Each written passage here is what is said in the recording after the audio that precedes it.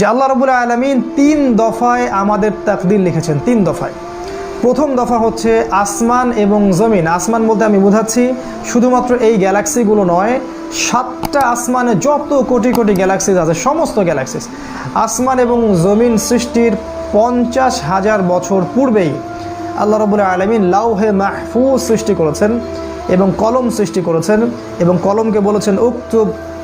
কলম বলেছিল মাযা আকতুব, আমি কি লিখবো। আল্লাহ বলেছেন কিয়ামত পর্যন্ত যা হবে সব লিখে ফেলো।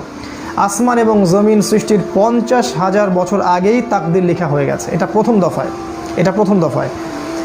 এর মধ্যে কিছু বিষয় আছে যেগুলো ঝুলন্ত, সেটা নিয়ে আমরা আজকে কথা বলছি না।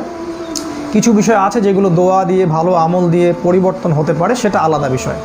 তবে প্রথম দফায় তাকদীর লেখা হয়েছে আসমান এবং জমিন সৃষ্টির 50,000 বছর আগে। দ্বিতীয় দফায় তাকদীর লেখা হয়েছে প্রত্যেক আদম সন্তান যখন মায়ের গর্ভে থাকে, যখন তার বয়স হয় 4 মাস 10 দিন বা 120 দিন বা 4 মাস, যখন তার ভ্রূণের বয়স হয় এবং সেটা আলাকা থেকে মুদগা এবং একটা শেপের মধ্যে চলে আসে, আল্লাহ রাব্বুল আলামিনের পক্ষ থেকে ফেরেশতা আসেন, রূহ নিয়ে আসেন এবং সেটাকে ফুঁকে দেন। তারপর থেকেই বাচ্চা পেটের মধ্যে নড়াচড়া শুরু করে। তখন তাকদীরের কিছু অংশ লিখে দেওয়া হয়, তার রিজিক, তার হায়াত, তার বয়স, তার ভাগ্য, সৌভাগ্যমণ্ডিত না দুর্ভাগ্যা, জান্নাতি না জাহান্নামী, এটা লিখে দেওয়া হয় আগেই। এটার জ্ঞান এতই উঁচু লেভেলের যেটা আমাদের এই ছোট্ট জ্ঞান দিয়ে পেনিট্রেট করা সম্ভব নয়।